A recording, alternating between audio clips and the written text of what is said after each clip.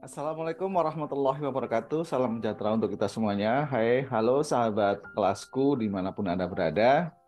Kita mulai pembelajaran kita untuk kelas Selling with Happiness.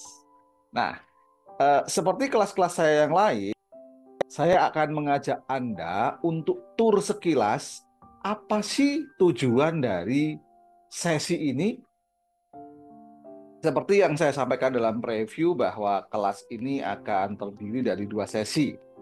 Nah, sesi ini adalah sesi pertama di mana kita akan lebih membahas mengenai bagaimana mengenali dan memanfaatkan kemampuan diri kita sebagai seorang penjual.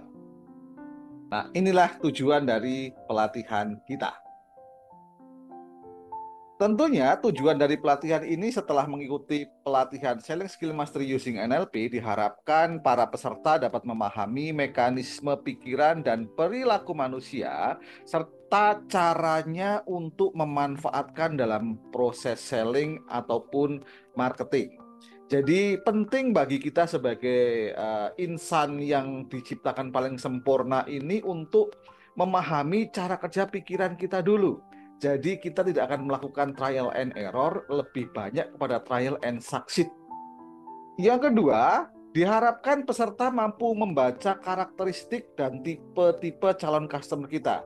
Dari gaya berbicaranya, dari gaya mungkin berpakaiannya, bahkan mungkin dari gesturnya, untuk kemudian memanfaatkannya dalam kepentingan kita melakukan proses selling ataupun proses marketing. Dan yang ketiga, diharapkan peserta mampu mengubah suasana hati calon customer sebelum kemudian terjadi proses mempengaruhi pikiran bawah sadarnya calon customer kita, dan itu kemudian bisa kita gunakan untuk menawarkan produk-produk yang kita jual maupun jasa yang kita jual. Ya, gampangannya kita tidak bisa melakukan proses memengaruhi tanpa mengenal cara kerja pikiran mereka. Yang keempat, sahabat kelasku yang berbahagia, diharapkan para peserta mampu mengenali karakteristik calon customer yang sudah siap untuk membeli produk kita. Beberapa kegagalan yang sering terulang pada para salesperson adalah mereka langsung to the point, tidak melihat karakteristiknya, tidak melihat mereka ini sebenarnya membutuhkan apa, tiba-tiba kita datang dengan menawarkan solusi. Hal seperti itu tidak akan ampuh karena kita seperti memberikan obat tanpa tahu sakitnya apa. Jadi ada teknik kita mesti tahu dulu pain-nya apa agar kita bisa memberikan atau mendapatkan gain nanti. Yang selanjutnya kelima, diharapkan peserta juga mampu menetapkan target dan strategi penjualan agar menjadi lebih mudah dicapai. Penting sekali bagi kita sebagai seorang salesperson untuk menentukan dulu target kita itu mau menjual apa, mau menjual kepada siapa, jumlahnya berapa, kurun waktunya kapan, kemudian berkesinambungan atau tidak. Karena kalau kata salah satu guru saya, menjual produk itu gampang. Yang menantang adalah menjual lagi dan pembelinya itu tetap bahagia menggunakan produk kita.